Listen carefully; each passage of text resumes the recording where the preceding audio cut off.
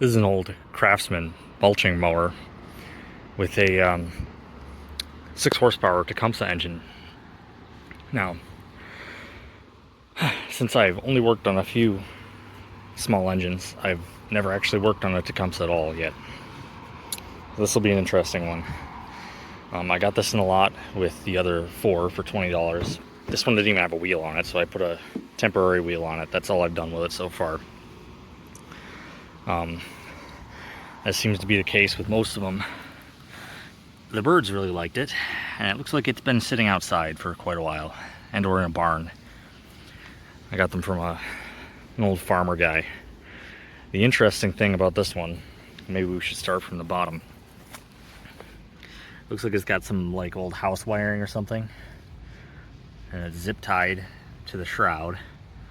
And you wonder what the heck is that? So this comes up the side of the handlebar, and we've got a light switch. Regular house light switch. And there's no safety bar to engage the engine brake and everything. So somebody must have removed that component completely and then wired up a light switch as a kill switch.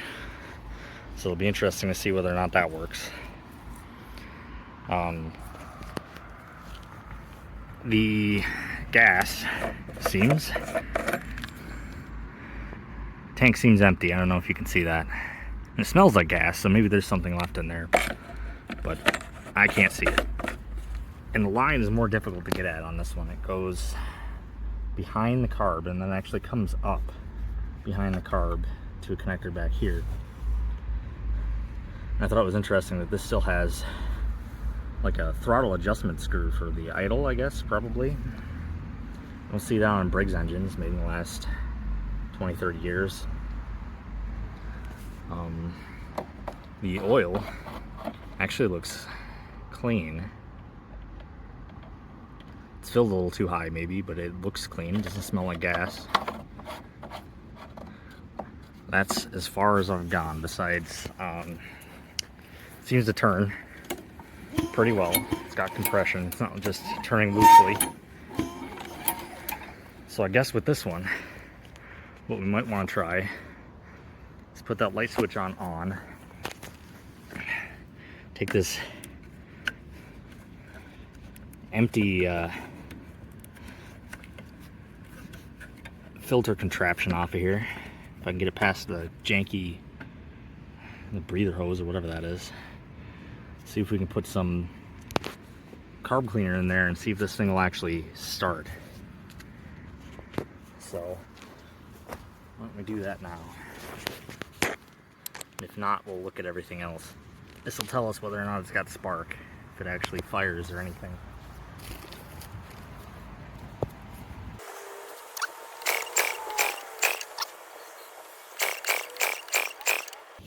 Yeah. All right, so we got nothing there.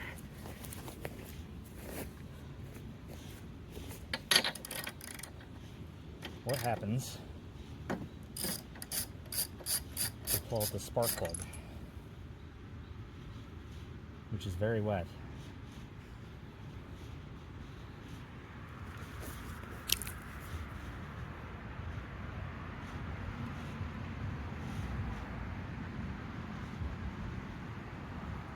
Smells a little like gas in there. The plug is fouled, that's for sure. Not super bad though. That might be good enough. Let's see if we get some spark here.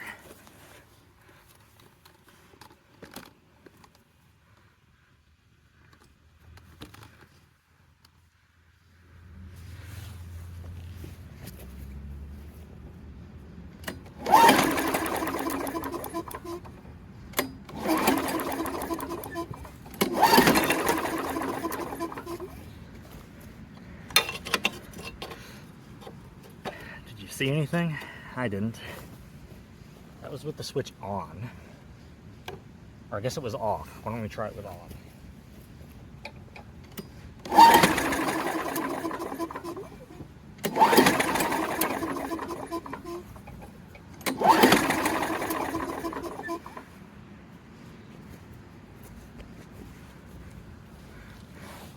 I didn't see anything at all. I might have to go back and watch the video to see if there was any spark, and that'll determine what I should do next.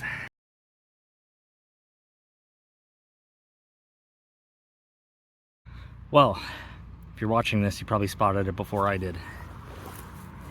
When I was trying to turn the mower over, I didn't even have the spark plug connected, so of course it wouldn't do anything. Why don't we try this again with the plug wire actually connected, and see if we have any change before we start ripping things apart here.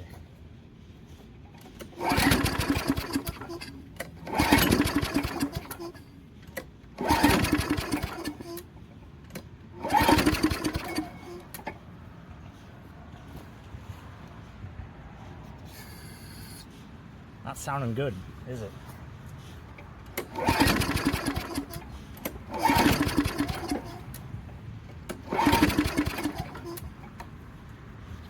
Try with the switch set to off.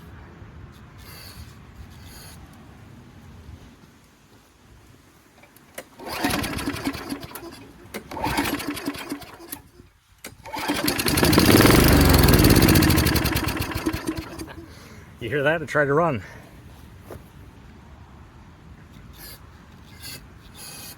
So it's opposite day today.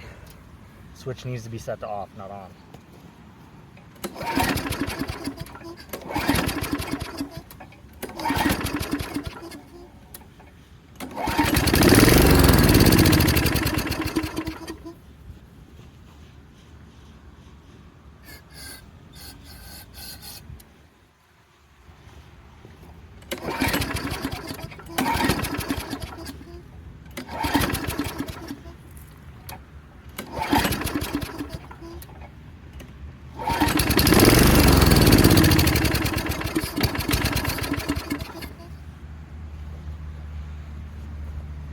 Alright, so it's got spark. Our makeshift home wiring and light switch works. I can't imagine that carb does, but I could try to put a little gas in there. The engine sounded pretty good to me. I'll pause the video and get some gas. We'll see what happens with that. Alright, I'm back. Threw a little bit of gas in there. Not too much, because who knows what the heck we're going to have to do to get this thing to run properly. I imagine that bowl probably had to come off at the very least. So, let's try priming it 5 times like they say to do, and pull it and see what happens. Oh, wow. I don't know if it's supposed to do that. Anybody that knows more about these Tecumseh engines can probably tell me in the comments. That doesn't look like it's really priming. It's not moving very much. Prime it a little more, just do my due diligence. Let's see if it does anything.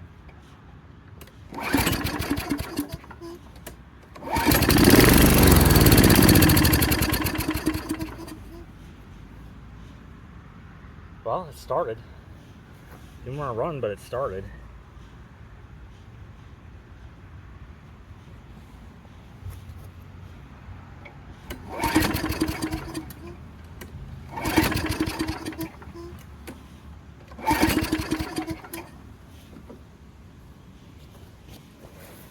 What do you think? Should we try some more carb cleaner? Just to get the whole thing going?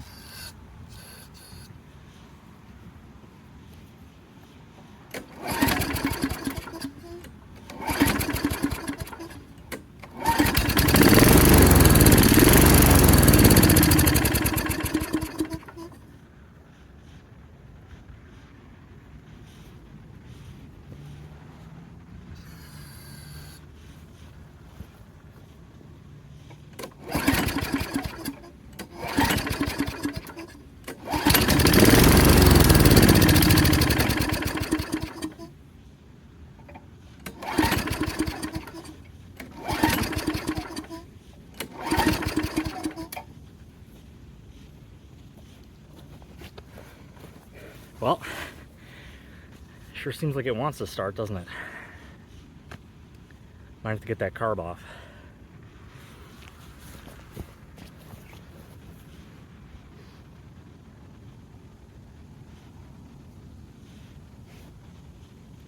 Looks like it's held on the rest of the assembly with 2 bolts.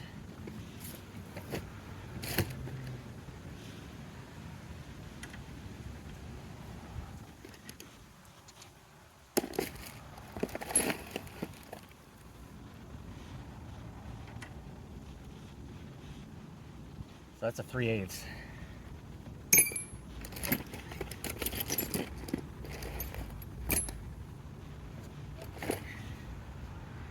I got a 3/8 socket, but not a 3/8 wrench with me.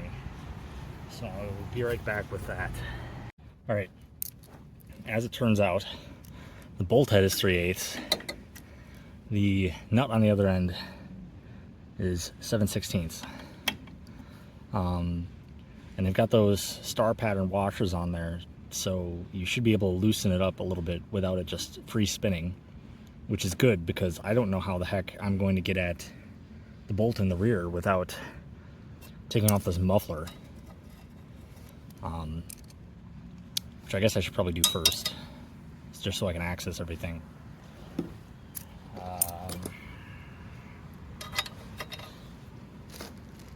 And this being Tecumseh, I've never done that before. So I have no idea if these bolts are what I need to loosen.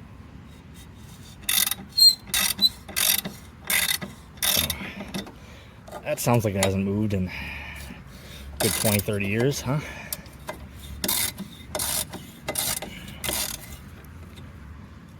Let's loosen it up.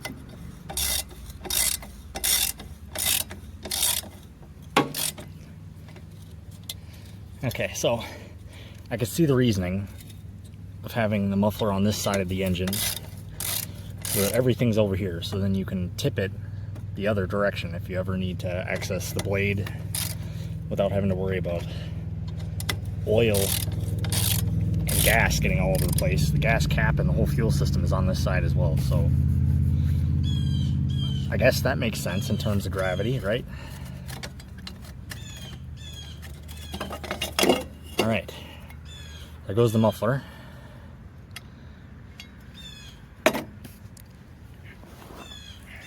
Okay, that works.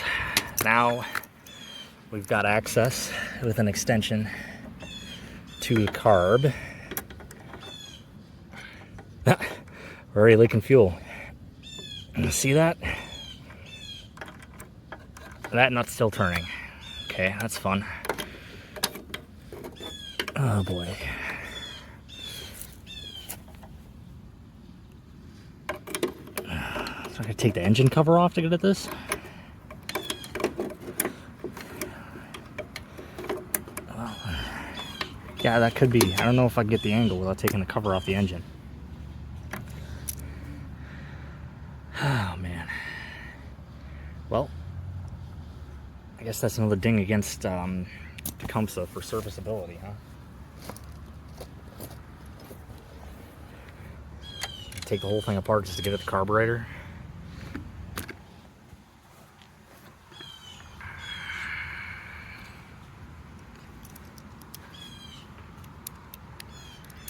All right, on the front of the cover here, it looks like we've got some 5/16 bolts.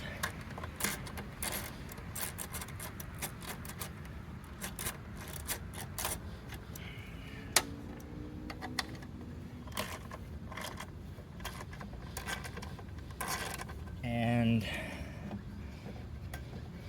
our custom wiring job is zip tied to the cover, so that might get in our way. Can you see the top of the cover there? Up here we've got another 3 bolts, it looks like.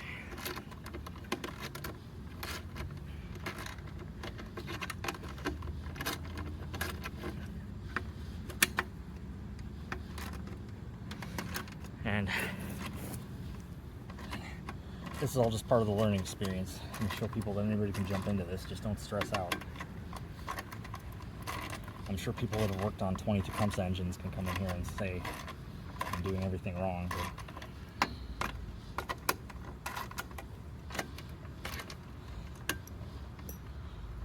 I'm doing what I know, which is nothing. But I'll figure it out. Now, in my opinion, it always helps put your bolts somewhere that you'll recognize as being associated with where they come from. Because these ones, these screws are completely different from these ones. And these just hold, I don't know, the gas tank and or this plastic cover on top of the metal engine cover. So I'll throw those in the back because that's where this plastic cover is. Okay. It's kind of like a Briggs. The whole plastic bit comes off with the gas tank. Like a Briggs Quantum. Guess I should wipe this off and set it somewhere.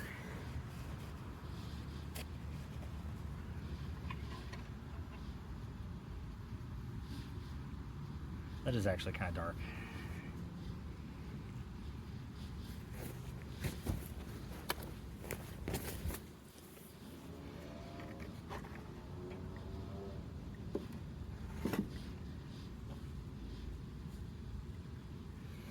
Oh boy, yeah, that's a pain. So we got some more on the back. The good thing about this, I guess, is now we can drain the whole gas tank now that we got this off, if we end up needing to.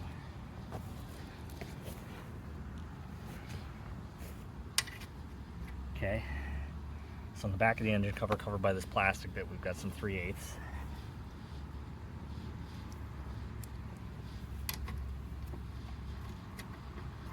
That was already loose. Interesting.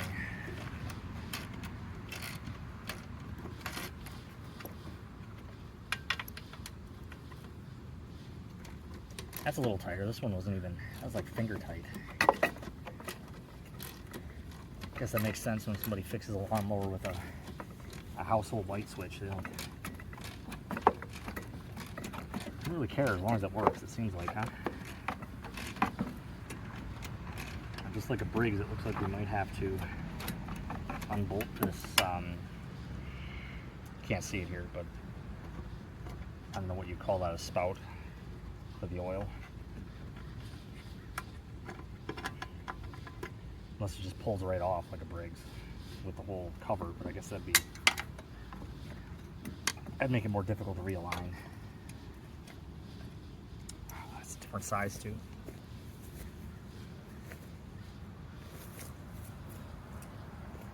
Where did my other socket go?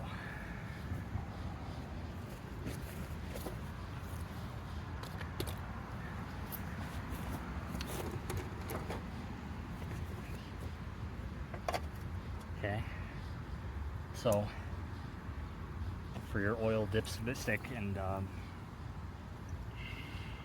oil fill, whatever you want to call it, neck, that's a 5/16.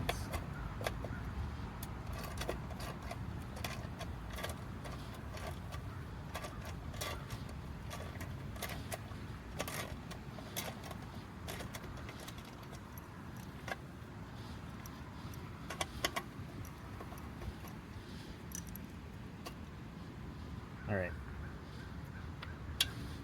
so it's disconnected from the engine cover, but I'm going to see if I can leave the neck in place, because this thing is very dirty.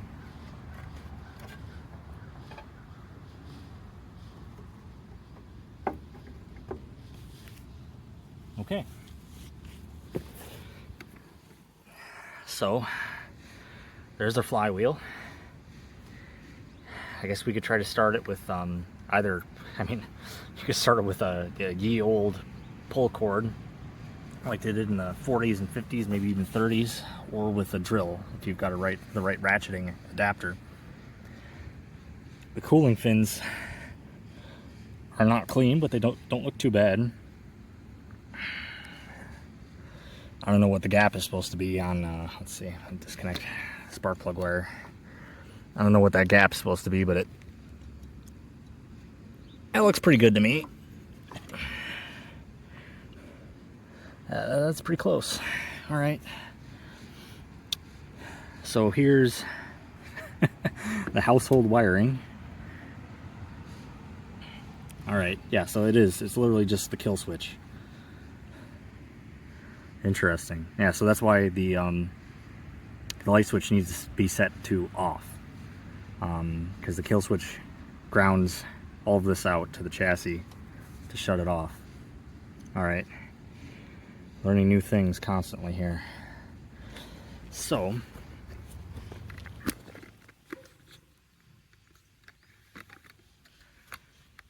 should be able to get that carb off now if I can remember what the heck the size the bolts were.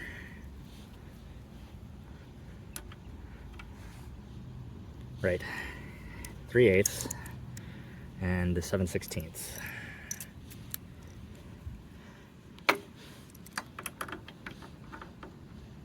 Wait, okay. My brain is not functioning today, I guess. Oh, that one's tight.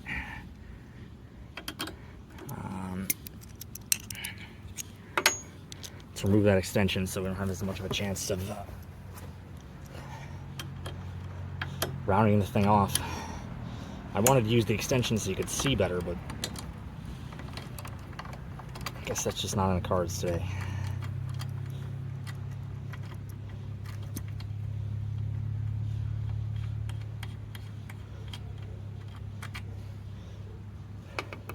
And don't get intimidated by taking all this stuff off. Seems like you're never going to figure out where it all goes, but as long as you organize it pretty well, it's not as bad as you think it is. Alright, so I had to move the throttle control there. I think I might want to use an extension now that it's loose so I can actually get some purchase there. I'll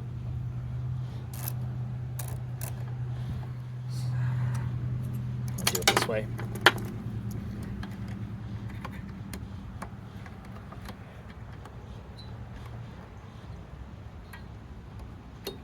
Come on, get on there. There we go.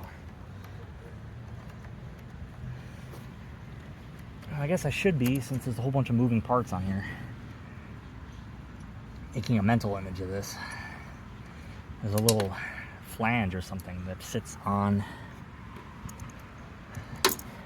I'll get a video image of it, so then I can go back and look at it if I have to, which always helps too. Take pictures, take lots of pictures. So that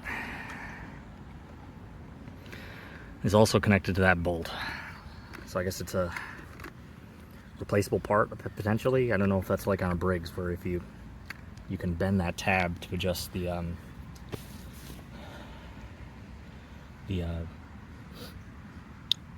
full speed RPM. I've got no idea if that's the case. Okay, that came off clean. Gasket looks okay to me, so we're doing good. I think this is just an air breather.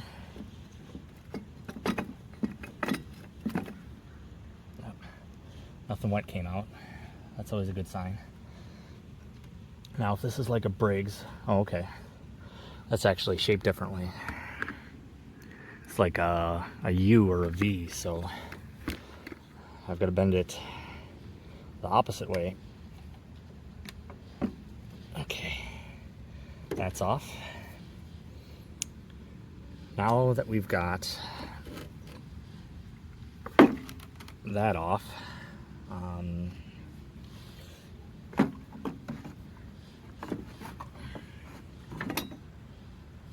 let's empty this gas tank.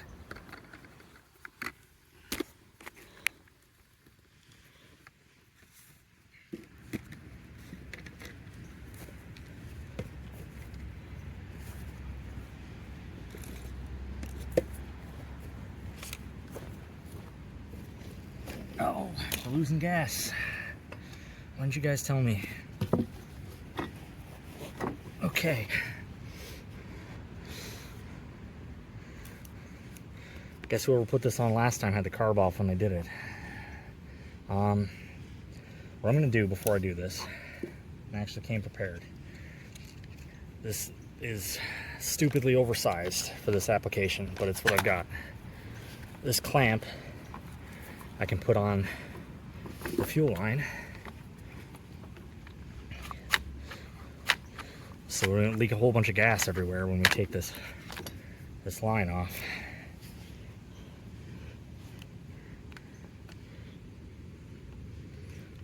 Yeah, these pliers are super rusty. I left them out, unfortunately, on accident.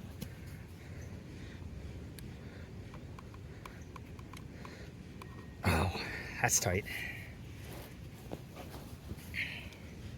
I wonder how many years, decades that's been on there.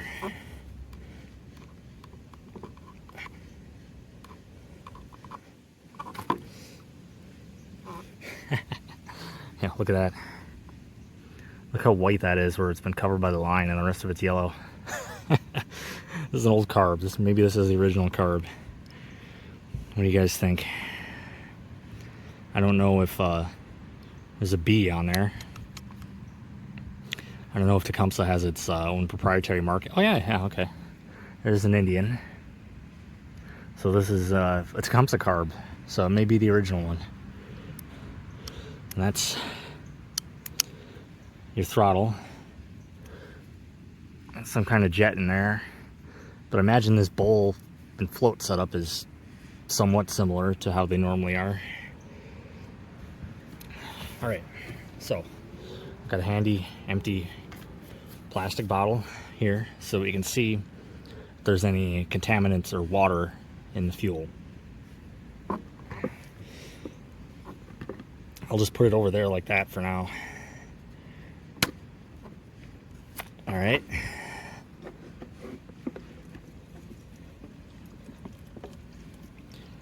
You can't see it, but I'm just lifting the fuel tank over top of this bottle. And you know what? I actually kind of like this setup where it's sort of a gravity feed and you can take the gas tank off real easy. Speaking of which, got a wet spot under the gas tank. Is the gas tank leaking? That wouldn't be so good. Maybe it's just some old oil though.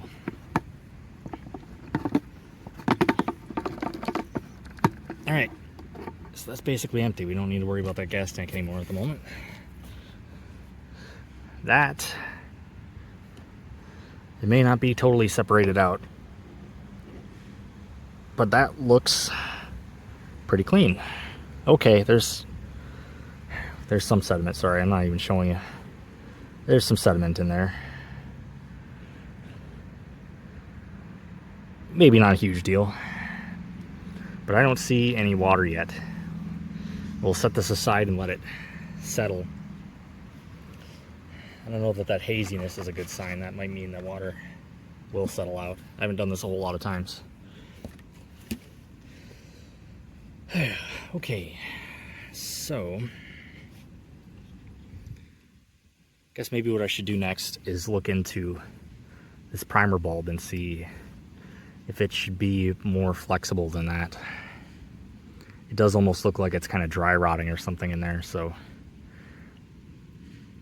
I will look that up soon, and then we'll get set up looking at the carb. That might be tomorrow at this point. We'll see.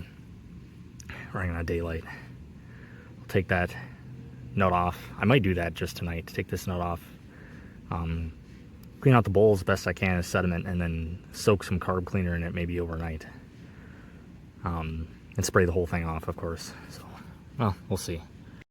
I figured before I do any research, I might as well look at this other Tecumseh carb. This is a 4.5 horsepower yard machine. Pretty similar setup otherwise. And that one, interestingly, the breather is blocked off, and then this air box is of a different design where I guess it's supposed to breathe through that somehow.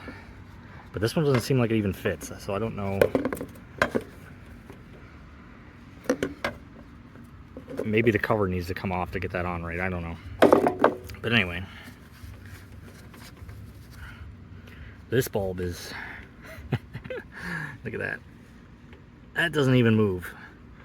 So I'm already thinking I may need to look into replacing these. This engine, if I remember right, was free as well, so this one might be a good runner. The problem is it currently doesn't have any blade adapter or blade on it, and the guy was saying that it was vibrating, but that could have been the blade adapter that he had on it at the time, because it seems like it's pretty common for them to break on these Tecumsehs. I don't know if it's just the Tecumsehs or yard machines, MTD, etc. Yeah, MTD. But that seems like a common replacement part on these, so we'll see. All right, I found the primer bulbs for these, which is a mess in and of itself. Maybe I'll show where you can actually get parts for these, because the Craftsman, from what I'm reading now, they don't even host any manuals or anything for their mowers. So I had to go through like Sears Parts Direct to even find a manual for the mower to get a parts list. And I've got some primer bulbs ordered. I'm wearing gloves because this carb cleaner stuff is not good for you at all. I normally hadn't in the past, but I don't feel like living fast and loose anymore, let's say. So we don't want any of this garbage getting into the carb. So we might as well spray off the outside first before anything else.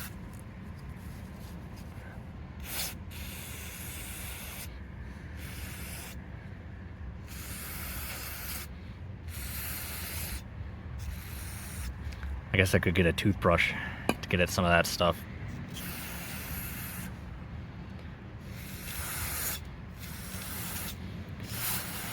It seems to mostly be coming off though.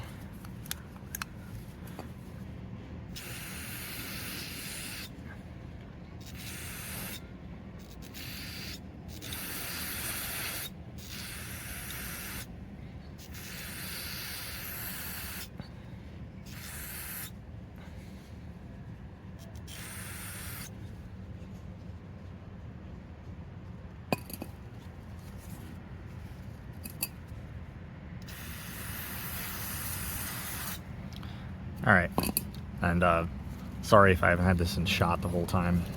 I haven't done a whole lot of this recording stuff.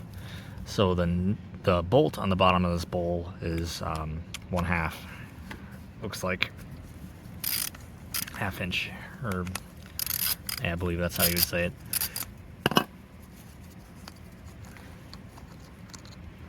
Okay, so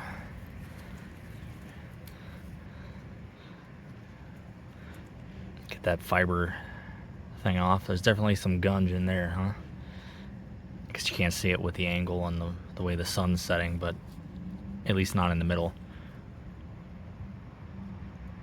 Here you can say, you can see there's junk in there. I mean, you can kind of see daylight, but yeah, there you can see daylight, but not completely. So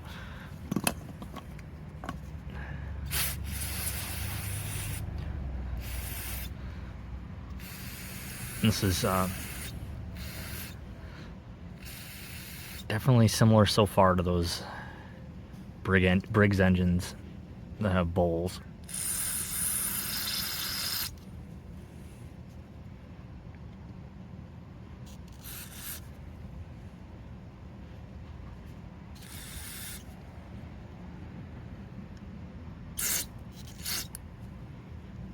I see that.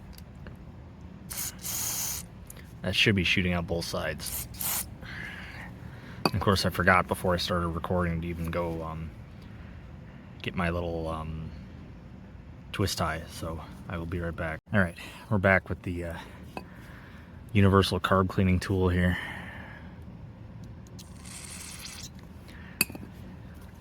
Get a little fresh cleaner in there.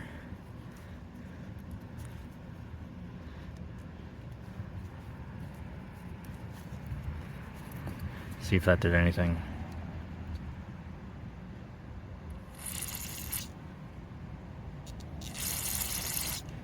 Huh.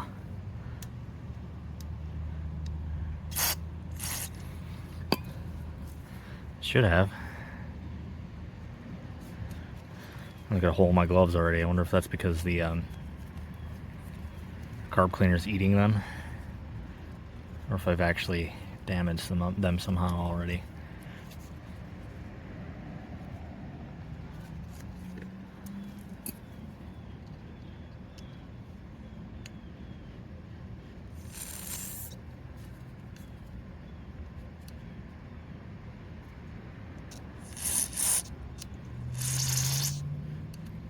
Interesting.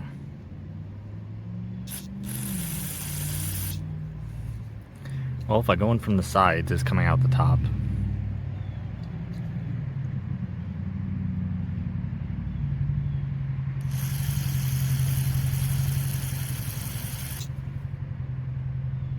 And it's draining out of the top through the sides.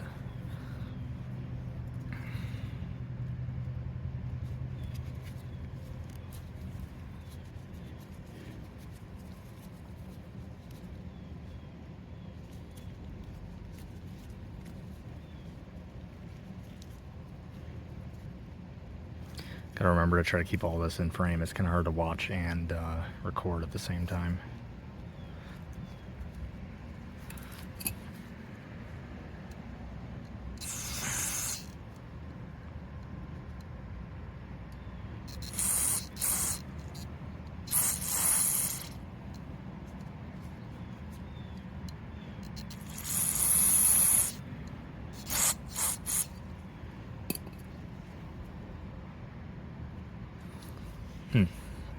All right, take the bowl off and take a look in here.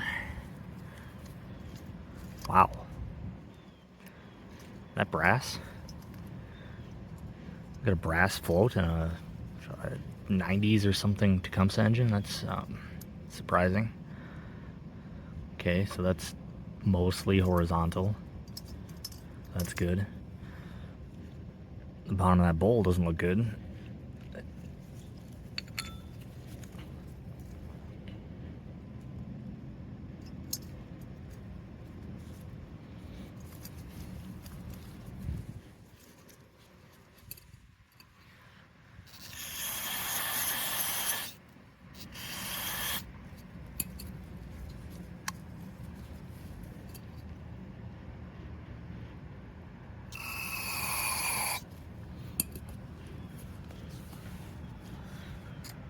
Let me get some stuff in the bowl here.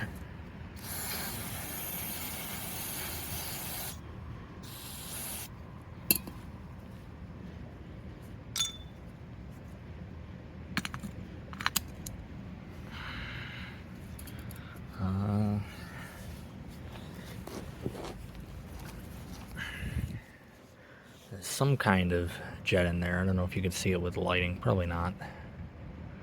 Pretty deep in there, and it's going in at an angle. I think that might go to the seat and the needle.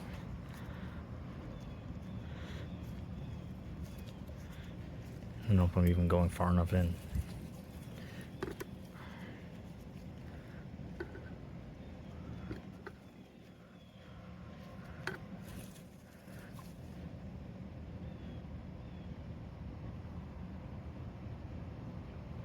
Again, sorry about this lighting. The sun's going down. That's as far as it's going to go. So I can hardly see right now myself either.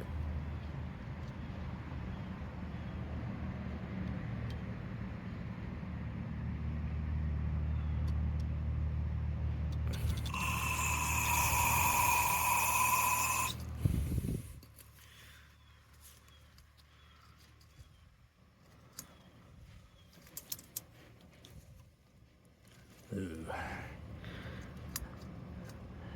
That gasket is cracked. That doesn't look so great.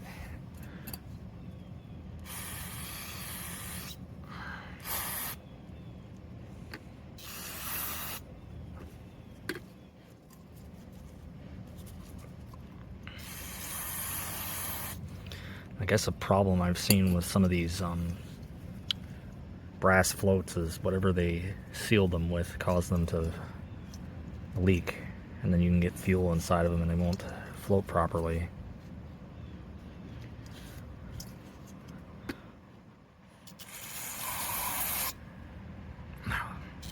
Almost shot myself in the eye there with that. Yeah, that gasket is roached. I guess we'll see whether or not that still works, because I don't have any of those.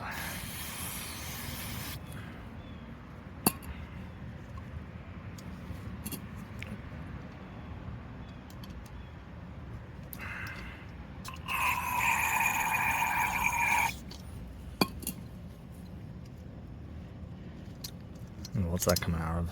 That coming out of the needle and seat area. There's another larger hole in there.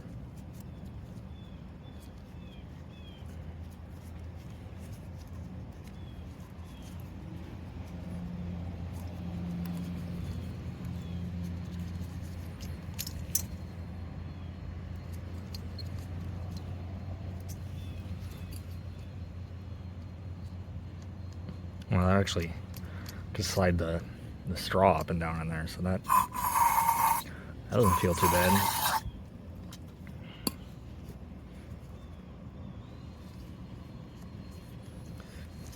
Yeah, let's stuff a bunch of seeds in there.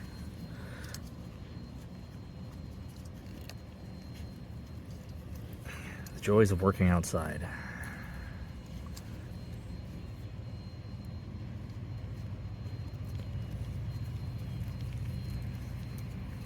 That seems clear. That all seems okay. Guess we'll see if we can get this pin out. I don't have any pliers with me.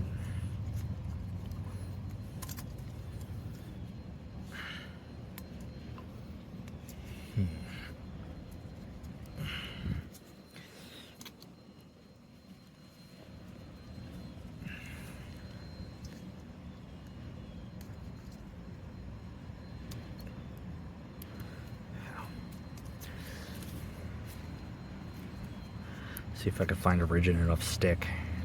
There we go. There we go. Yeah, so there, no specialized tools needed. Get the pin out with a stick.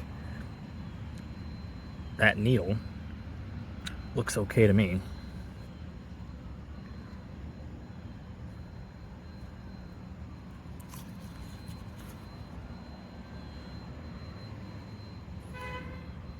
You can't see it, but that seat looks pretty good too. There's a little garbage in there. Now I don't know on these if the seat is rubber.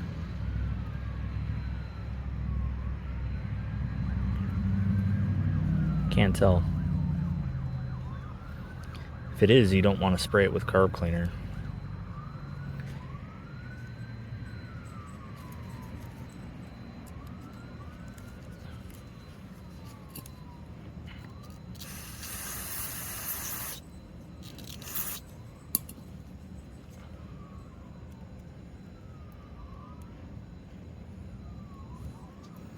That must not lead to anything.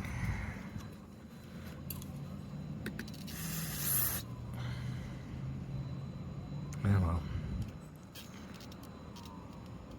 Let's just YOLO it.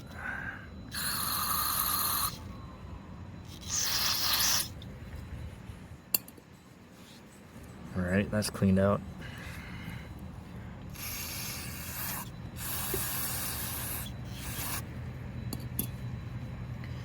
Okay. I'd say that's clean enough inside now. Oh, lost our needle. I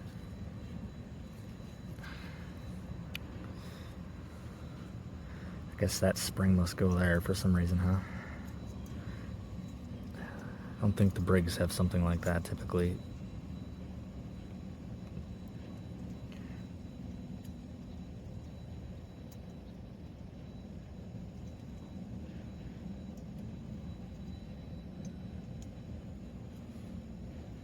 Something like that.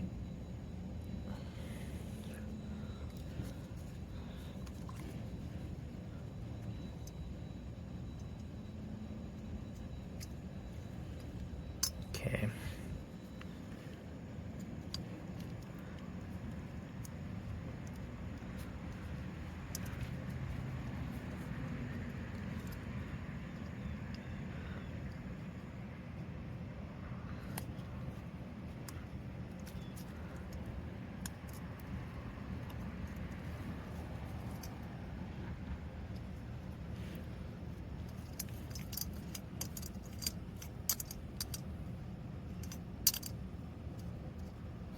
Yeah, see. Maybe I did cause that to swell.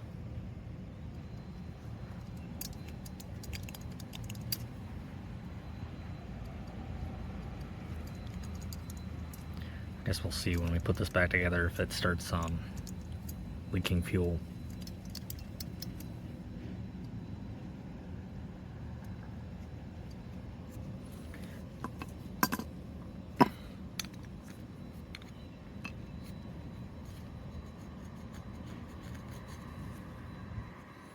So it's already broken some of that garbage up.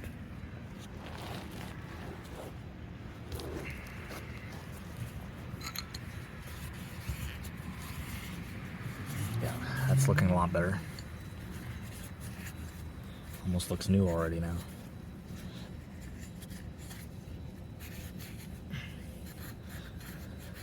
This stuff on the edges, I don't know if that's... I hope that's not part of the gasket, because if it is, that O-ring, that's probably going to be leaking. It did look like it was kind of returning to nature.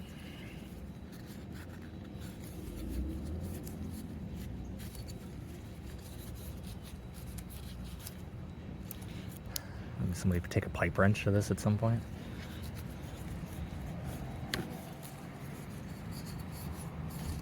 All right, update. I was interrupted there. That segment was getting long anyway. So that seat is disintegrating. I don't know if it was already just really bad before I, decided to spray carb cleaner in there. This O-ring though is returning to nature. It's just coming apart. That's not going to seal anymore. So this, I'll see if there are decent price rebuild kits. Otherwise I might... Is that a part number for the carb? That'd be what I need right there. I'll see how much one of these costs on Amazon. If it's like Briggs, you could probably get one for $4 or $5, and it'll work fine in my experience with the Briggs ones. Otherwise, what I saw with Briggs is it costs more to replace all these parts, the seat and this gasket, than it is to just buy a replacement carb. The bowl, otherwise, I cleaned up the edge of this really well with a copper brush. It still looks like it's pitted, almost like it oxidized somehow or reacted with the rubber. But I like that the bowl is aluminum. It's a thin aluminum. This is very light, even with the float in it. So I thought that was interesting. So it can't rust, at least if water sits in there. But anyway, that might be it for this mower for today. Unless I try to just throw all this back together and see if it works. I don't think it will. So yeah, we'll see when I can get another carb, if I get another carb or a kit for rebuilding this one. All right, since there's nothing we can do about the carb at the moment, I figured I might as well pull the spark plug and clean it. I've already got carb cleaner in there in the insulator area, so I can clean that up with the wire. I've got my spark plug gapper, which I've explained in my previous video, where you stick it on the smallest end here and then slide to get your measurement. And according to the manual I finally could find, thanks to like SearsParts.com or whatever it is, this is just like Briggs. It needs to be set to 0.03. So set that on there and slide it as far as it'll go. And this is further off than the last one. It's not even to 0.025. So I'm not going to adjust that now, but we know before we clean it that it's already way off. And that could have been contributing, I suppose, to how poorly it was running. Or, not that it was running poorly, but that it wasn't staying running.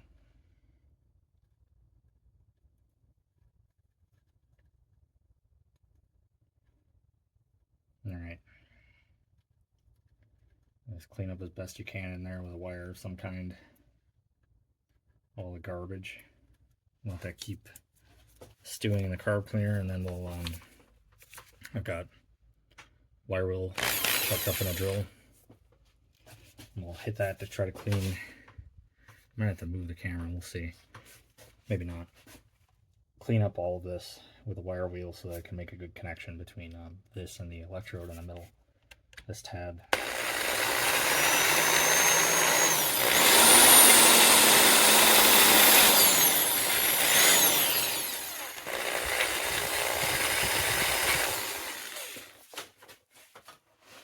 Sorry again, the lighting might not be good here. I'm trying to get out of the way of the light on the ceiling.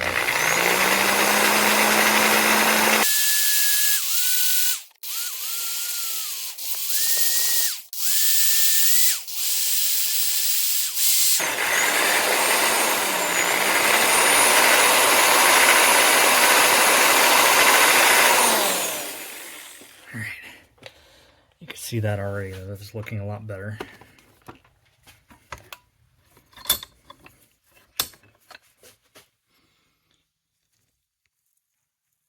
Come on, let's focus. There you go. Much cleaner.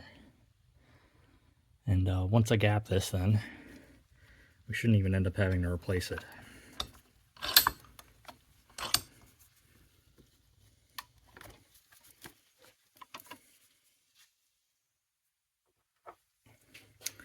So, like I showed in the other video, you stick on that nub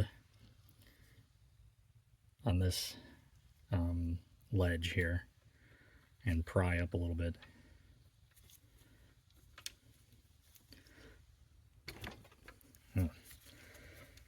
Chuck that thing in a little sideways, didn't I?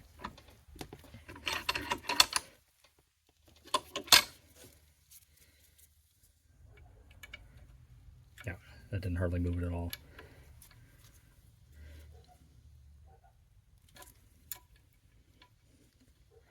Baby steps with this stuff.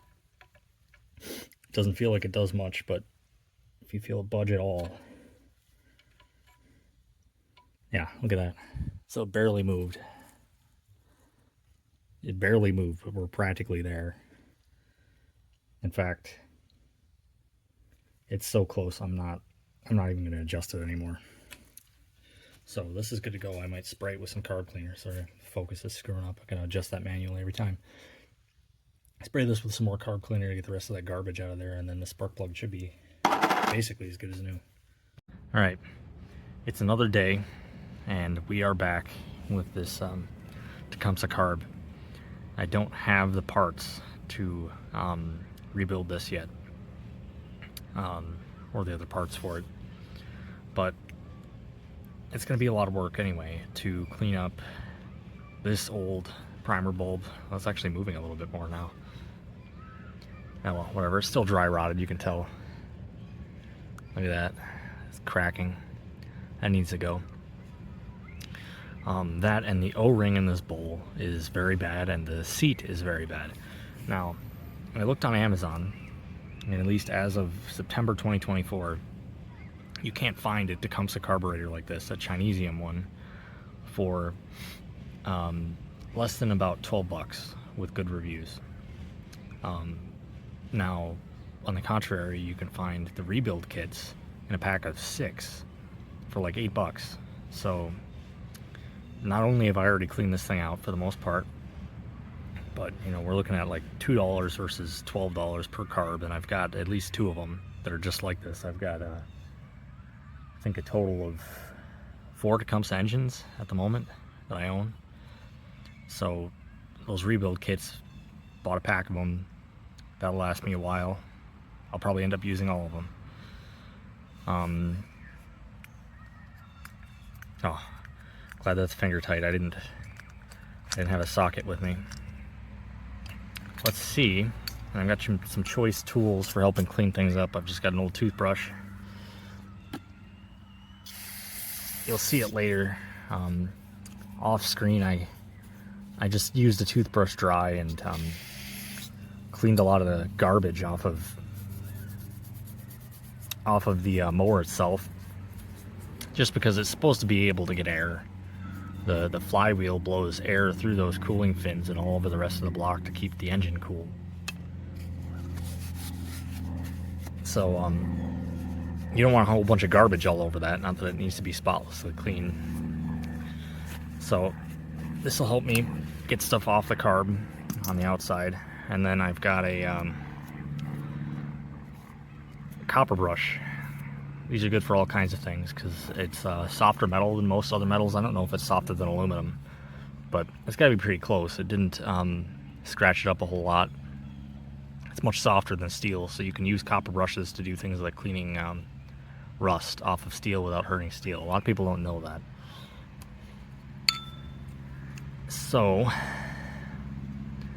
I guess what would be best, since we're replacing the seat anyway. Where's my handy stick? Can I find the same one again? Yeah, there we go. My handy disassembly stick. Since we're replacing the seat and the needle, no, well, we could replace the needle. It's going to come with another one. Anyway, we're replacing that seat anyway, so we might as well get the float off so we can get at this dirt, essentially. That's what it's turning into, huh? So we'll see if this peels off. Oh wow, look at that. That's actually, I am surprised at how cleanly that's actually coming off. I thought it was just going to stick and break into a million pieces because there's so much of it all over the bowl.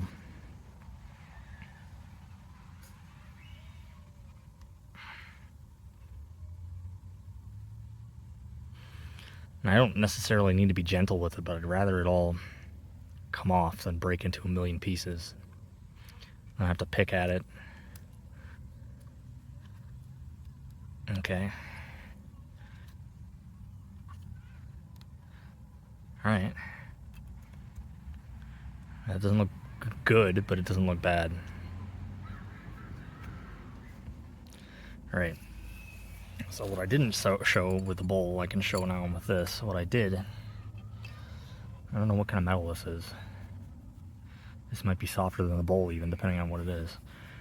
I took a copper brush with carb cleaner to help me just clean all of the stuff that was stuck to the bowl off. And we'll see if we need the carb cleaner for this side of it. Because we want this to have a good seal so that the fuel that's in the bowl doesn't leak out all over the place while the engine's running. That's actually coming off pretty quick. Look at that.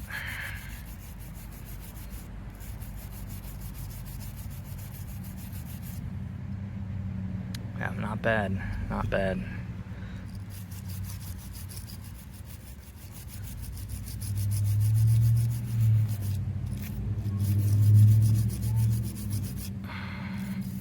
Alright. This part I'm going to cut out. You saw it demonstrated. A little carb cleaner might help, but copper brush makes quick work of this old O-ring detritus. Alright, we're back with this grungy Tecumseh carb. I didn't get it perfectly, but that is a lot better, isn't it? Now, I've heard a lot of people complaining about whenever they take their Tecumseh carbs apart, they just leak forever after that. And I can't say I'm surprised.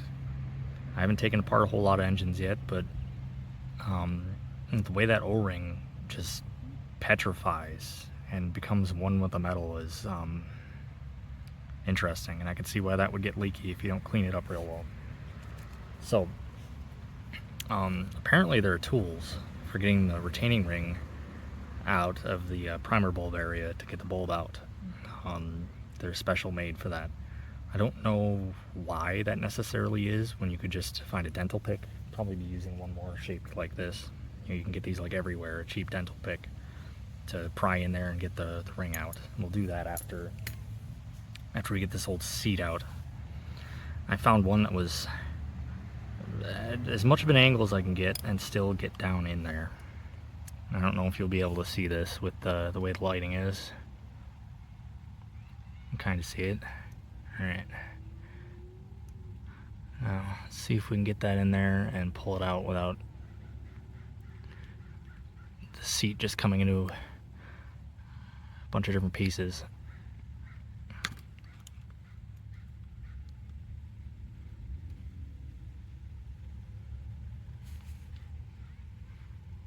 trying to make sure I can... Oh, that's real stiff in there. Trying to make sure you can see it and I can actually get it out of there without breaking it into a million pieces.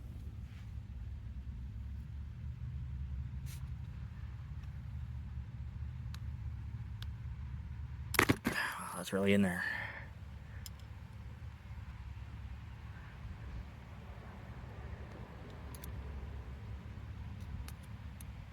And you could, I don't know if you can see it that well on the camera, but it's coming apart. So that needs to go. There's no way that's going to seal properly anymore.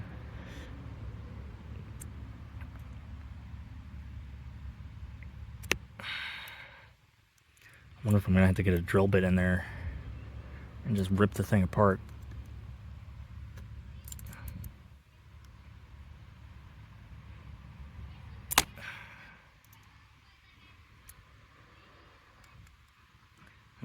It might be moving.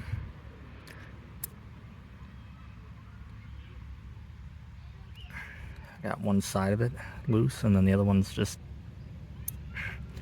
one with the metal or something. Oh, there we go. Yeah, I got it. It took a little persistence. Yeah. You think that's original?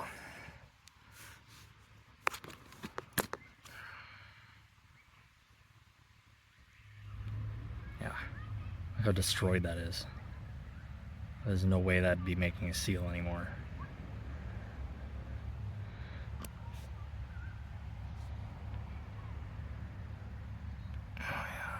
I don't know if you can see down in there that well, but that actually looks pretty clean. Yeah, that's not bad at all.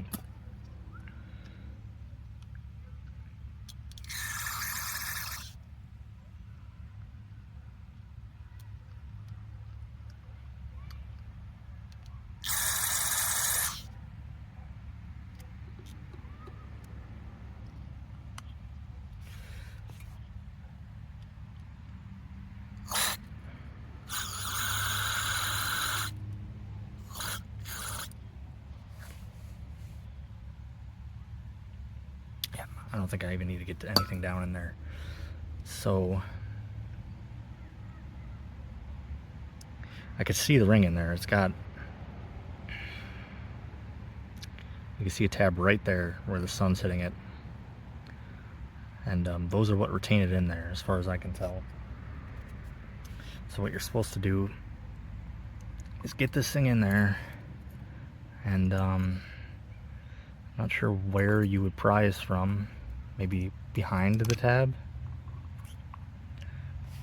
I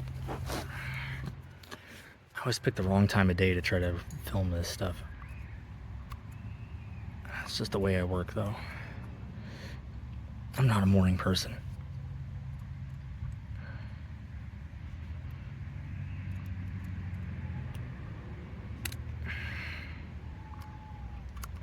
Maybe we do need a different shaped pick.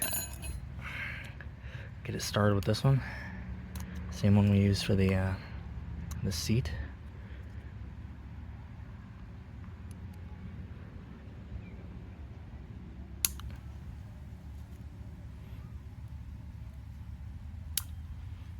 Ah, it's stiff.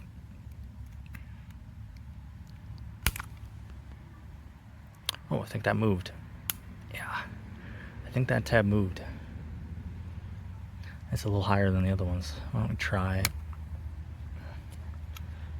another one now. If I can even get an angle where you can see it.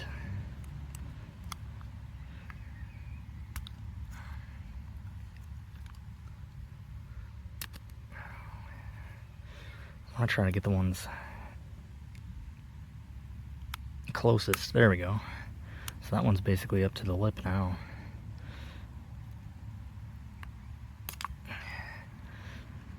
Imagine there's 20-30 years worth of grass clippings and general decay in here working against us.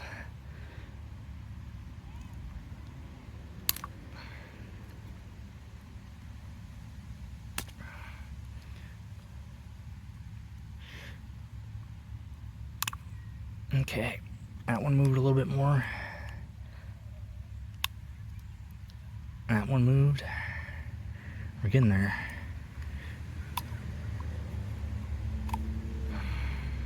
Okay, look at that. We got it. I've never done this before, mind you. I've never replaced a primer bulb of any kind. I just looked up a video on how to remove these. There we go. Maybe I could try to clean that up a little bit with some carb cleaner. Otherwise, here's our bulb and here's our ring, and you can see how that engages. It's just those tabs must just be wider than the recess, and then they bend when you put it in there, so it holds everything in. And there's a primer bulb. It kind of moves, but yeah, look at that. That's junk.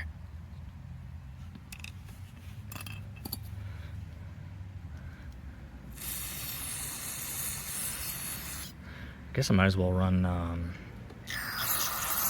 carb cleaner through all these recesses here too, huh? It's not a part you usually have off.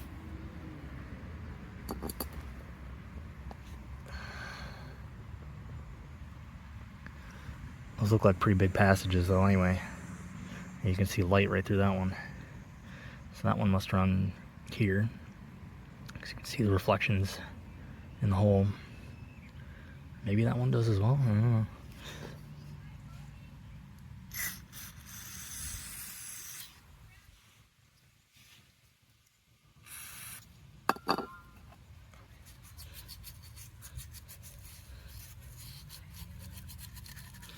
Use the regular toothbrush just because I don't think I need copper for this part. The primer bulb didn't seem like it had completely fused with the rest of the body of the carb like the O-ring had.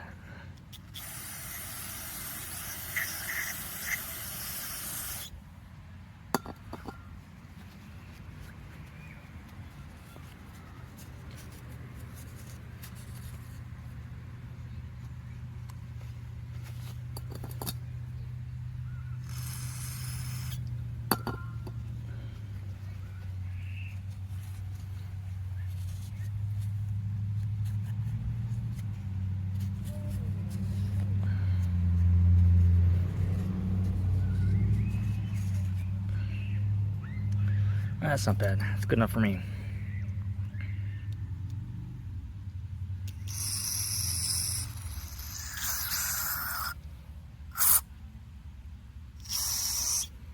Alright. So that part should be clean.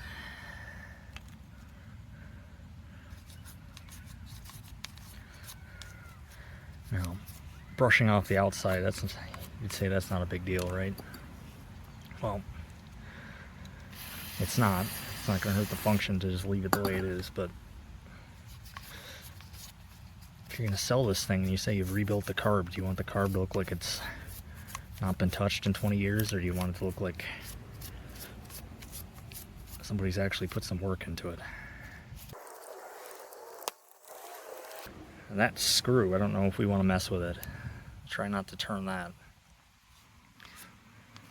because that's setting either the maximum RPM or the idle RPM.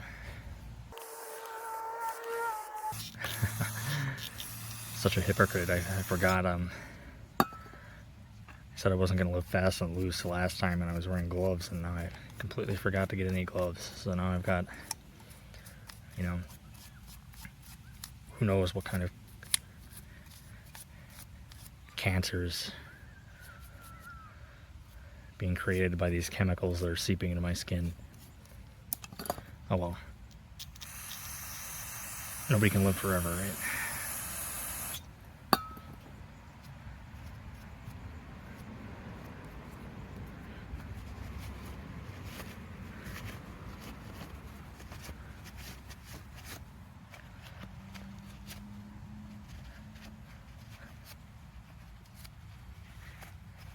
Alright, doesn't look brand new, but it's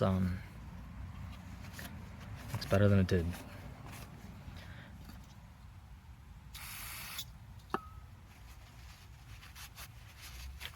This carb cleaner stuff, you gotta be careful on some plastics. I don't know which ones in particular, but you know, with a carb, you'd think they would design the thing to where, you know, they know that you're going to be putting carb cleaner on it, so all the plastics they use, you would hope, would be resistant to something like that.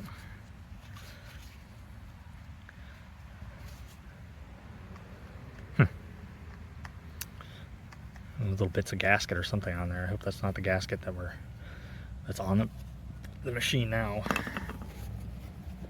We want to clean that mating surface off because that needs a good seal as well to the intake on the engine, I guess. I think is where that would go on one of these.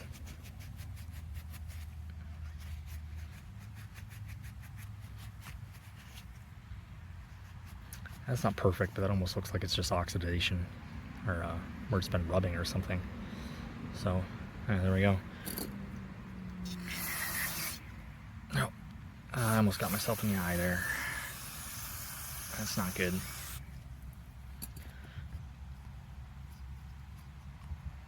All right, that should be good to go for when we've got the parts. The fuel now of our light switch mower. I don't see any water in there.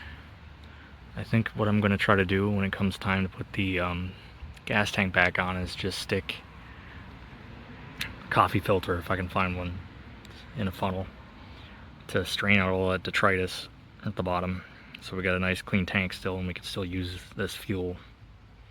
We'll see how that goes. Alright, we're back with our light switch Tecumseh carb and the replacement parts and our old garbage here. I mentioned in another video, which I could probably link, with my bird toilet Craftsman with the Briggs engine, that the seat, this is the original seat, the replacement one, which I guess, I mean, probably looks basically about the same dimensions as the original one. Oh, it wasn't even in shot. This is the same as a Briggs replacement seat, I've noticed, because I had to get a seat for, well, I got multiple seats for Briggs as well. Sorry about the sirens. So, since it came with all of these, I guess we might as well replace that spring, that needle, that fiber gasket, the seat, the gasket for the bowl, replace the old primer bulb. The new one is a totally different shape. That's interesting. Must be copying a newer design or something. But look how much more flexible that is. So anyway, if I remember right, we'll just do the reverse order of what we did to remove the other one. Stick that in there and then stick this with the ridges up. And then we're gonna have to jam that in there.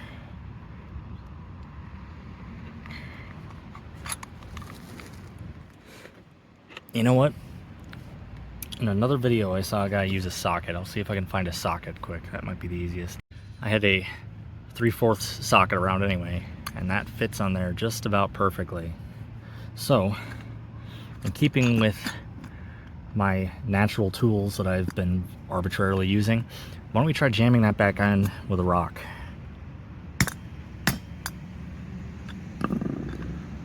That got it started, looks like.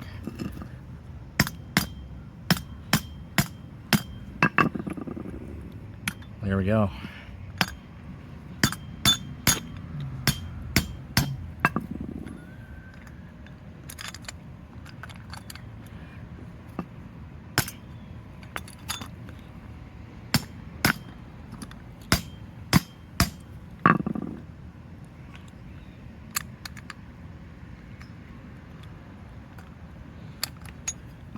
I have to hit that harder.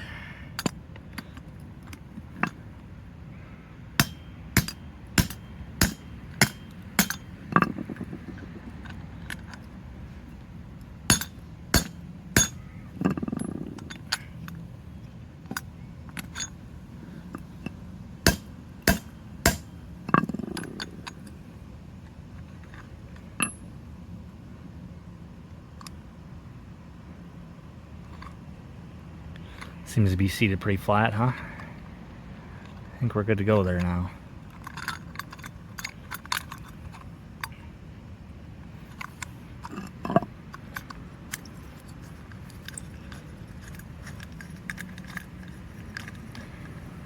Since we already removed our old bowl ring that was returning to dust, we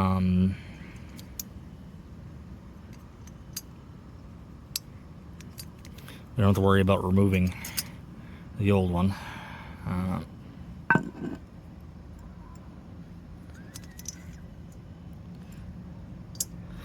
So these seats go in with the ridges in. So that's flat and it's got ridges. So it's gonna go in there.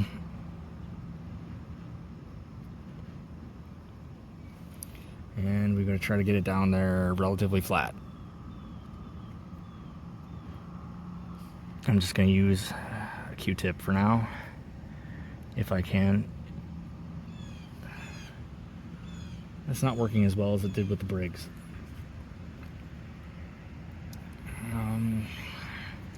I guess I'll use my dental pick.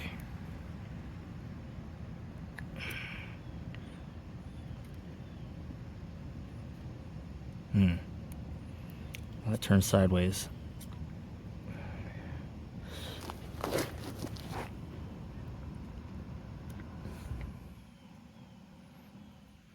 You know, the lighting is actually better right now than it was earlier. Getting there.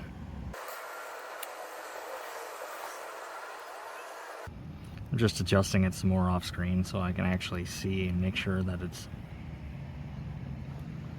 in there flat.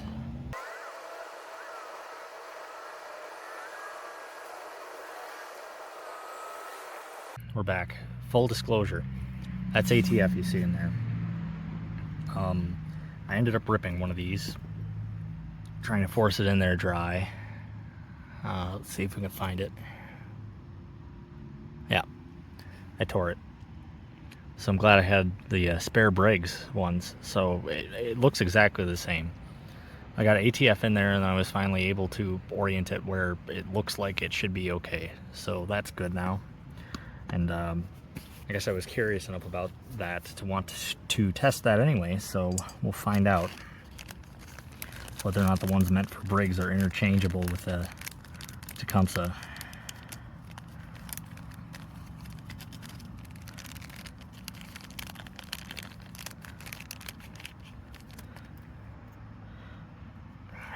So here's our new needle.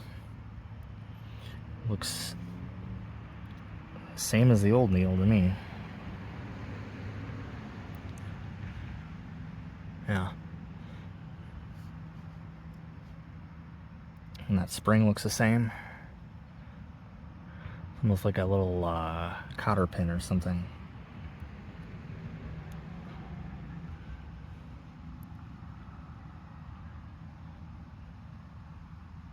Alright. That holds on the same.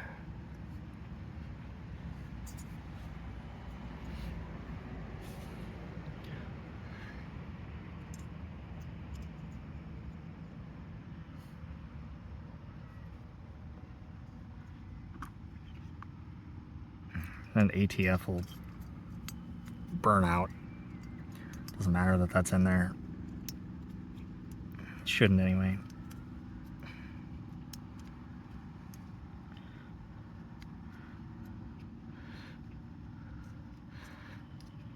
Probably get my thumb out of the way so you can actually see what's going on, huh? Not that you haven't seen me do this before. Alright. That looks good, doesn't it?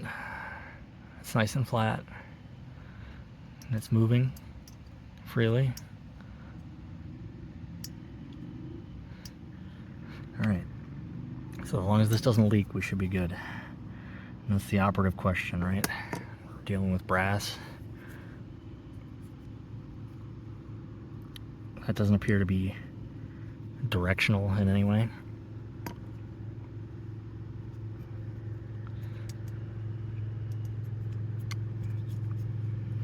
Okay. Got that back on. Put this back on there.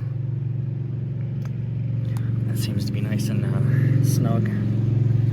I guess before I tighten up that jet and bolt, I should figure out if this is going to make any difference here. If you need to have that in a specific spot for clearance. Here's our old fiber washer. Seen better days, huh? Might as well put in the new one. It's not going to hurt anything, I guess.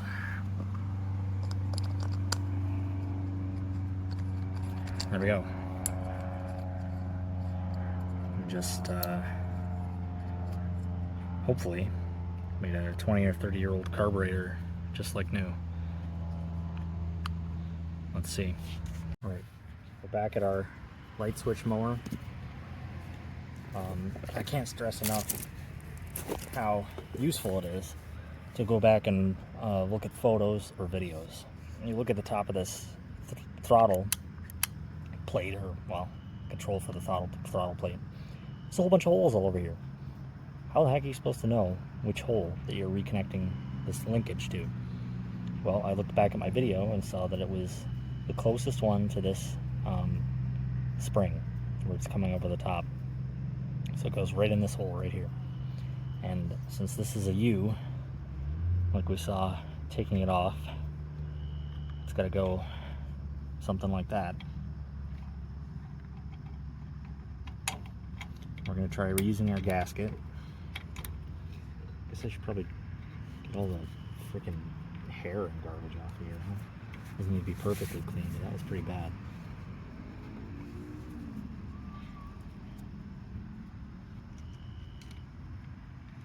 Just get these started.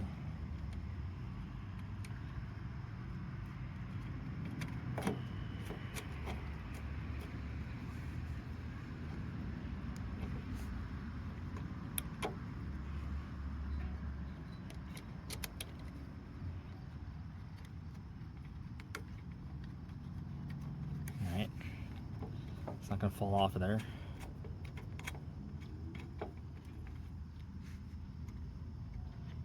Everything looks like that's the way it should be moving.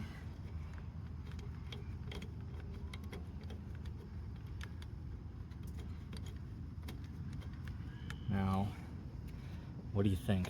Should we live fast and loose and try to test this with the engine cover off?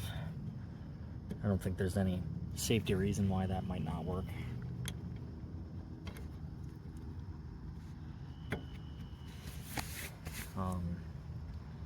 Other than that, we won't have fuel anyway, so we're not really testing the carb. I guess that wouldn't be the best idea, would it? Because we can't put the gas tank back on like that. So, I suppose that settles it. We're going to get it at least to the point to where I'm going to put this on near the end, because I don't know if that's going to get in the way. Where's my train of thought? I'm losing my marbles today. Yeah, whatever.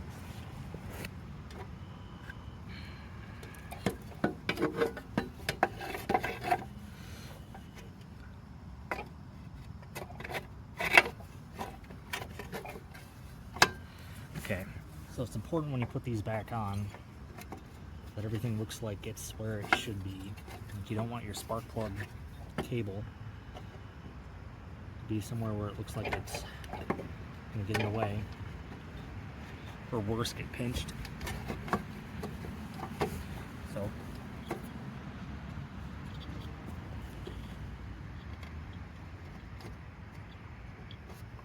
I think we're good. Yeah, we're good where we are in that regard. So if you remember, I had my bolts that I set aside over here and just kind of threw them haphazardly in this pile. But these two are the only two that are just like this. So they must go in the back of the engine cover, right? Actually, what am I doing? I didn't even tighten those screws on the carb up yet. Getting ahead of myself. We'll tighten these first.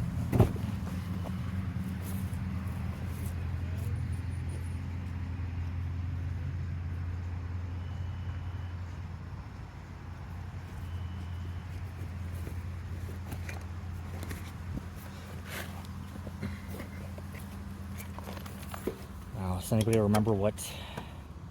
Okay, so the 7/16 on there, and what did we have? Oh, that's a good guess. 3/8 on the bolt side.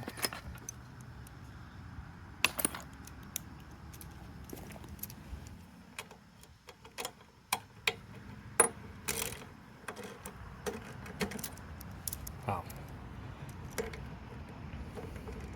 Almost looks like that's sitting too low, doesn't it? Was the casting off that much? I guess it was, huh? That's interesting.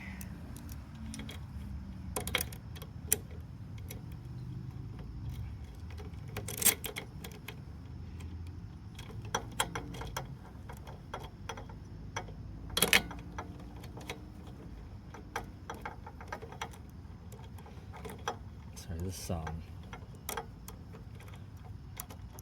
wrench is kind of junk. Some old craftsmen, they're notorious for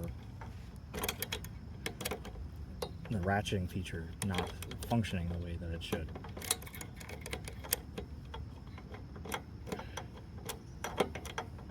Gonna work now?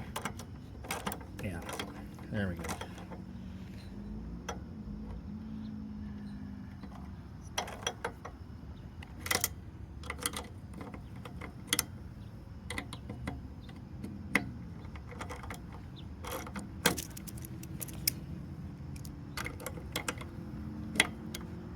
I say I'm going to take the extension off, but I think I need it on anyway to get it the other side.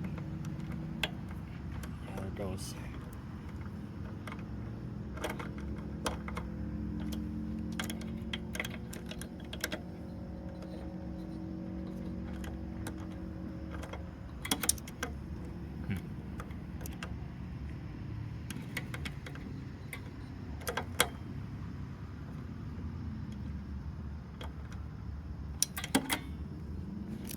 That's interesting. I don't know if that's supposed to be that far over. I guess that's one thing I could have looked at.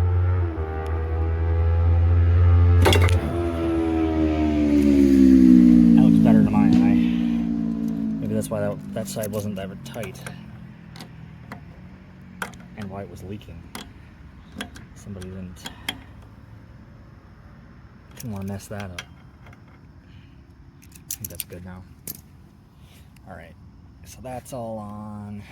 The muffler came off before we even got the cover off, so we can do the cover now. Uh-oh. Losing our oil spout thing. Don't want to get garbage in there. Not that the oil is going to be in there that much longer. Before I put this back together though, let me show you this. And everything's opposite. We were figuring that out early in the video. And it makes sense when you know how these work. It's set to off, so the kill switch isn't grounded. So the engine will run. You set it to on, that completes the circuit and grounds the coil, so the engine shuts off. Very interesting. I'll just show you back here for now. I don't know where else I'm going to need to be otherwise.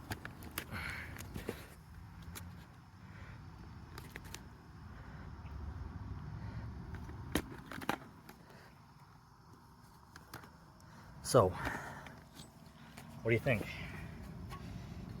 this old abomination gonna run.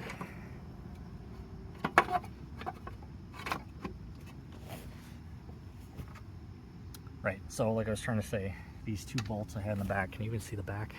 Yeah, you can, and you can see the bolts sitting there, that's good. These two bolts I had in the back must go in the back, because that's where I left them.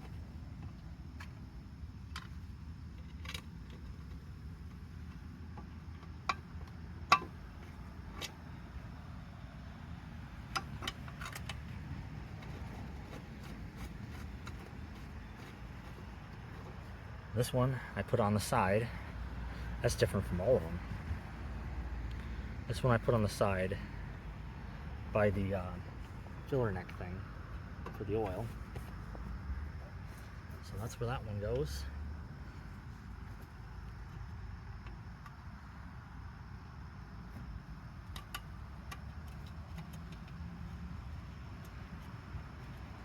I'm just getting them all started for now, so that this thing's in the right position.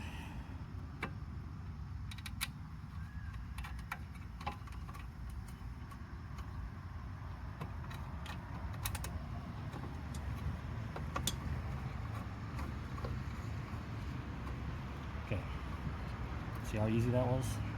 I didn't need to remember any of that. These two bolts were up front. These three are still in the back for the gas tank. That's everything so far. So let's see if any of these are, because I don't remember. Any of these are 3/8. Those aren't.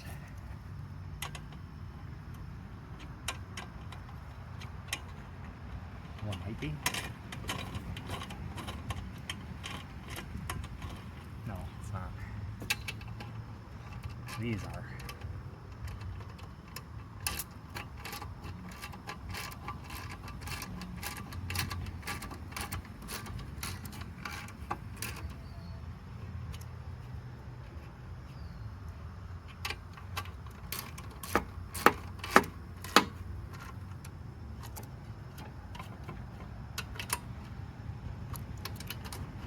You don't want these super tight because they could be going into alloy. You don't want them loose either because they could rattle out when the mower's operating then. Okay, so these in the front are 5/16.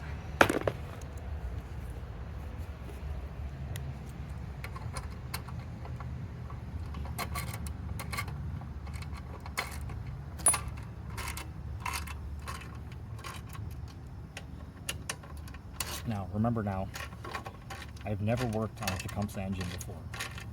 I've worked on a handful of previous Briggs engines, but no Tecumsehs yet. So even when it comes to Briggs, I'm still in office.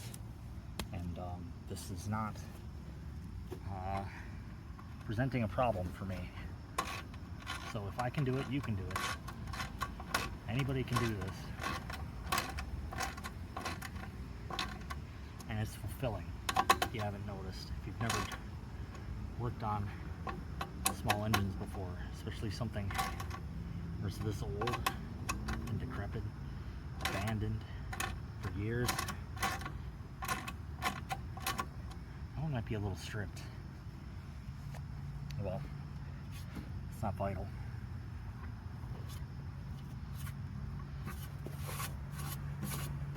Clean some of that garbage off.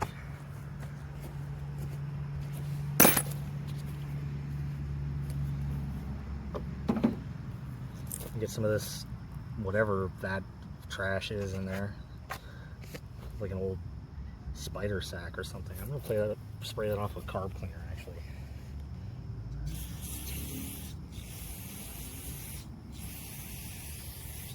Probably shouldn't be doing that with a gas tank, but you know, whatever. I've seen instructions in manuals where they tell you not to. Now this one, I remember we saw a wet spot on the bottom of the gas tank. I'm sorry you can't see this. You're not seeing anything fancy, I'm just wiping the gas tank off. We saw a wet spot on the bottom of the gas tank when we first took it off.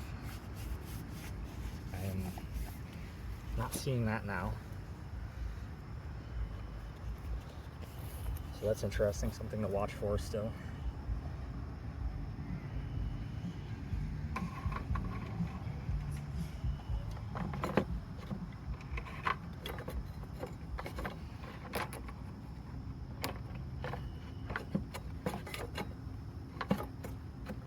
Okay, that must be where it needs to be. Oh, you know what? Boy, we forgot about the fuel line.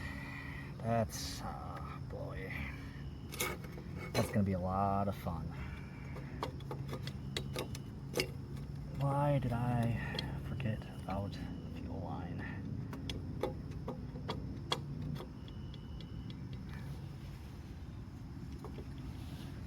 Tecumseh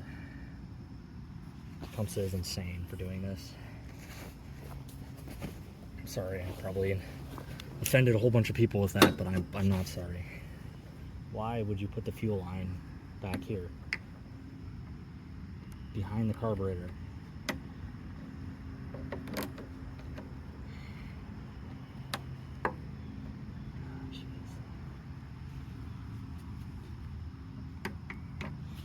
You can't see it anyway. I'm just gonna cut back to when I've got that back on. Everything's back together. You haven't missed anything. All I did was I wire wheeled those bolts and put some anti-seize on there for the next guy, because I know those might rust up completely. Got everything back together. That was bare. Make sure you get your fuel line on before you finish with this. If you remember, the fuel, this is our last step here if I'm remembering right, the fuel had a whole bunch of garbage in it. So what we're going to do is, normally I would use a coffee filter, but I haven't used them in so many years, I don't know where any are. I must have some somewhere, but I usually drink French press, so I haven't used a coffee filter for coffee in a long time. I'm just going to use paper towel in a funnel to get all that garbage out of the fuel.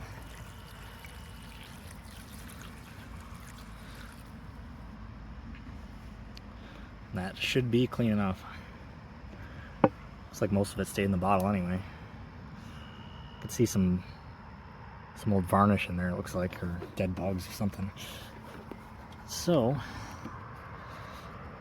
that should be all we need. Try starting this thing. Finally, right? Place your bets now. Will this start and continue to run?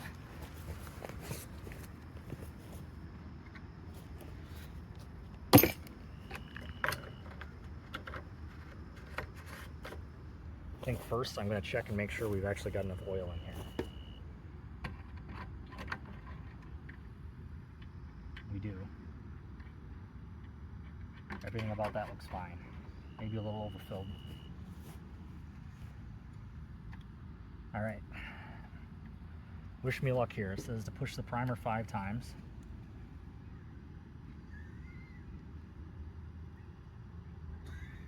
Alright, that's 5 times.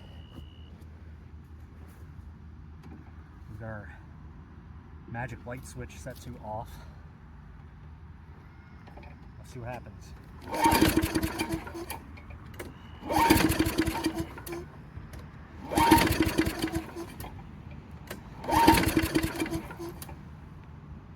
Huh.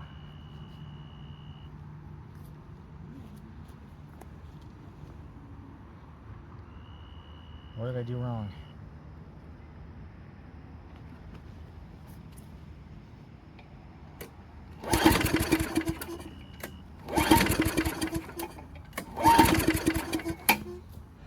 You have to start it on carb cleaner.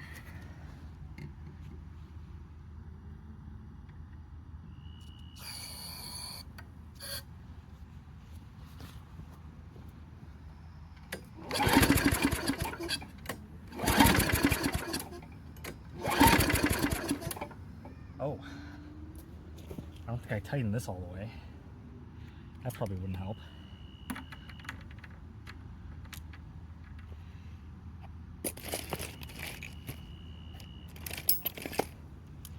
Would have been easier to figure out what size that is too if I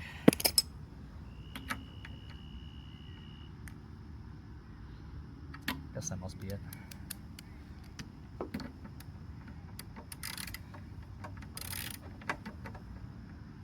Maybe somebody watching could tell me what the heck I did wrong here.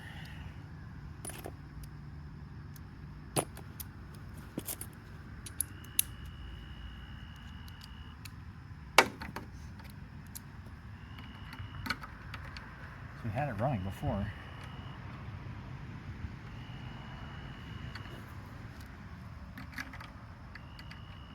It's too big.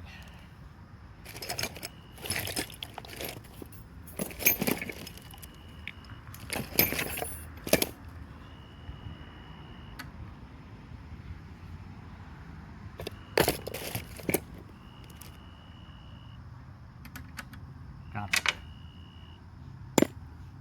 That's a 1/2.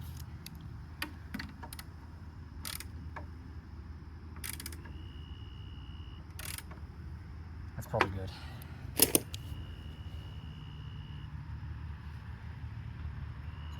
Oh, you know what? I don't think I tightened that all the way down. Why don't we do that too?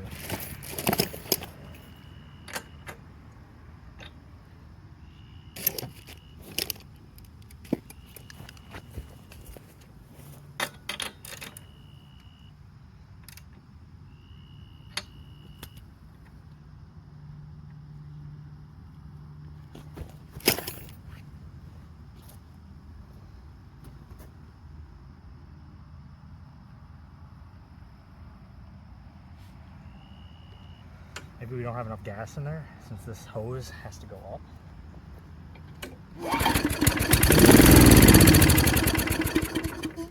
Yeah, it ran for a second.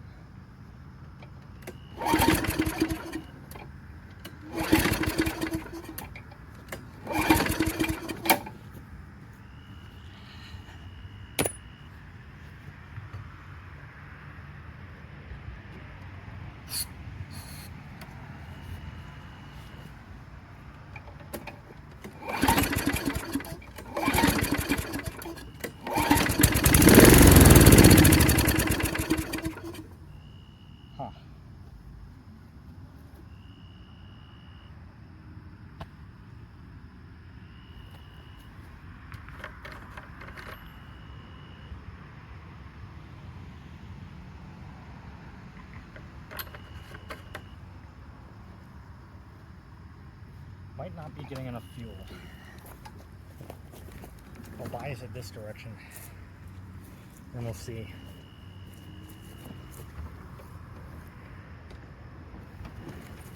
That should help us get some in there.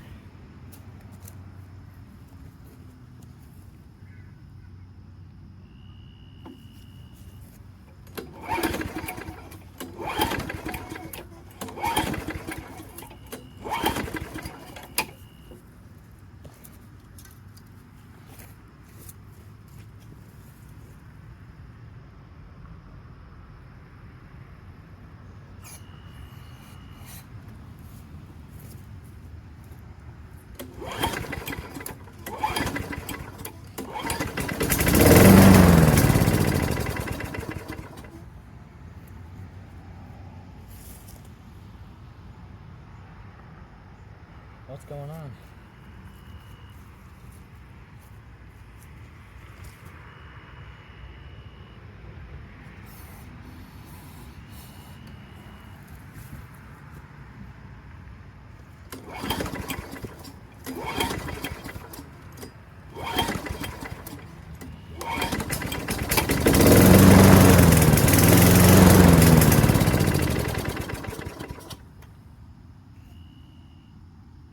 It almost went.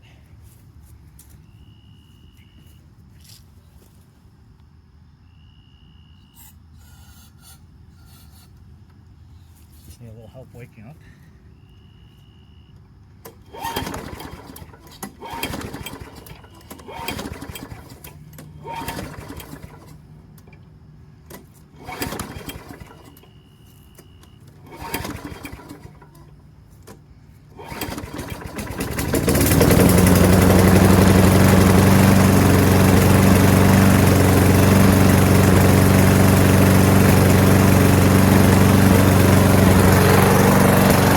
that's it.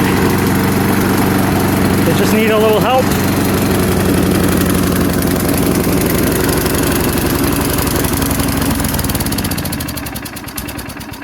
Maybe not. Well, it ran. Oh, we're leaking. Leaking a lot.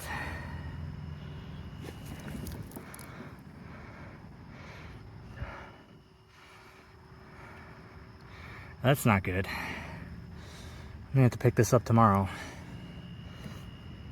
I've got the bowl and float back off of that light switch mower because it looked like that engine flooded and was leaking all over the place. So maybe the needle was sticking, but I had just cleaned it and I just replaced the seat. So I was thinking probably that brass float is the problem. They're known for leaking, like I mentioned. The replacements are like 10 to 12 bucks for a plastic float that you don't have to worry about leaking again. But at that point, you might as well just buy a carb. It seems like the replacement parts for Tecumseh are ridiculous. Like the only air filter I could find was made by Tecumseh. There's no third party. This Simplicity from 69, the air filters for this, and that 79 that I've got that I need to get running. The air filters which go in here. Third parties will make these. They're made out of foam. And you can get them for like $2-3 each. And they're still made by like probably 3 or 4 different random companies besides Briggs. Why is that not the case with Tecumseh? Anyway, I've got the float in water. I'll see if it sinks and we'll go from there. Not only was that gas really nasty for having already cleaned the carb, but if you look at this, I may have had the needle installed wrong, and that could have been part of the problem where it wasn't seating properly. The little retaining spring thing on here is biased to one side, and if you look at this, the divot from years and years of that needle sitting there and rubbing is pretty far in to that tab. Sorry, I'm not getting this on camera. I don't have a tripod at the moment. So I put it in the way that I could have had it before, and it's not even all the way on there.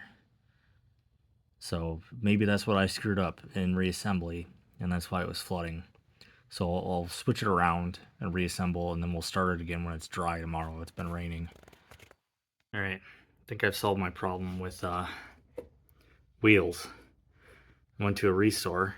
I found these Weber grill wheels. They're practically the same size. They're a little more narrow. But it was 2 for $6 instead of like a minimum of $7 at the very cheapest place for one wheel at Menards. The shaft is a little too narrow, but I'm going to drill that out, and we'll see if that's enough. This drill bit is maybe a little too small, but I'd rather them be a little tighter on the axle or shaft anyway. It'd be pretty funny to have some Weber grill wheels on a lawnmower, especially one that has a light switch.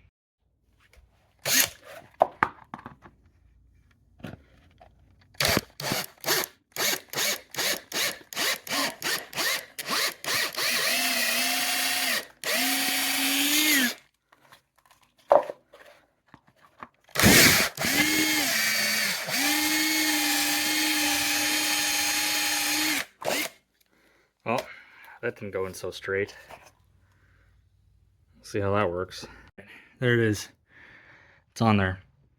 We've got a Weber grill wheel on a Craftsman lawnmower. What I had to do was I drilled out the center of it to 1/2, and that fit tighter than the factory wheels, but I kind of like that anyway, so then it's not jiggling around so much. My problem on the second one is it's even less straight than the first one. It looks straight going in the front. For some reason it went off to the side in the back, so this one wobbles too much and starts scraping on the height adjustment assembly. So if you want to try something like this, that's something to consider. That, and also the the shaft wasn't deep enough on this. So what I had to do is I took an angle grinder to the back here and shaved some off of that. And you can't see it too well, but there are little metal bits in there that could have potentially gotten in the way, but they ended up inside the wheel without scraping on this one, as long as it's not wallowing out from side to side. So that's a funny replacement, I think, for a lawnmower that already has a light switch on it. All right, we're finally back now with the light switch mower. The deck's a little cleaned up now. There's not bird crap all over it. I just wiped it with some of the gas that spilled out before. That and it rained. So I've got more gas in it. I've got the needle put in a the opposite orientation with that spring assembly that I showed before. So hopefully that's all it was. Between that and maybe not having enough fuel on it. So let's try again. I'll prime it 5 times. I don't know if that was 5. There we go. It's already set off like it should be. Let's see if it'll start.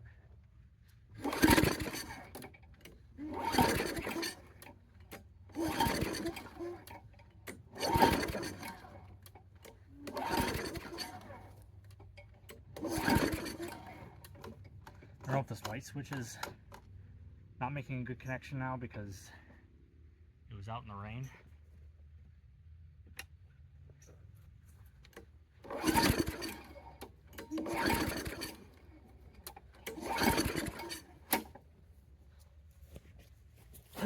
Well, I'll try getting the carb cleaner. All right, let's try this again with a little carb cleaner to get things going.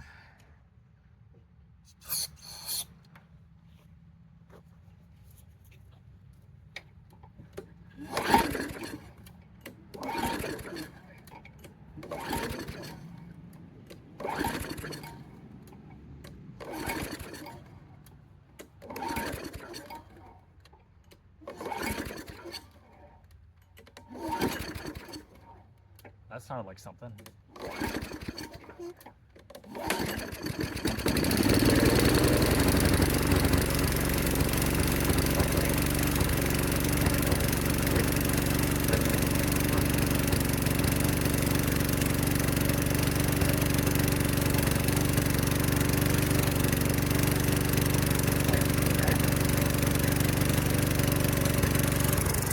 Well, there we go. It's not run too great yet, but it's running. It's not smoking.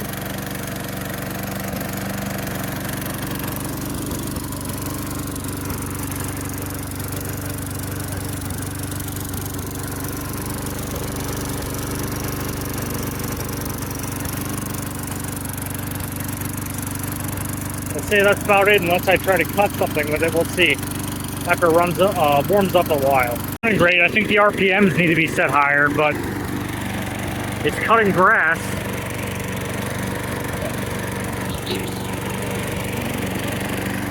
See?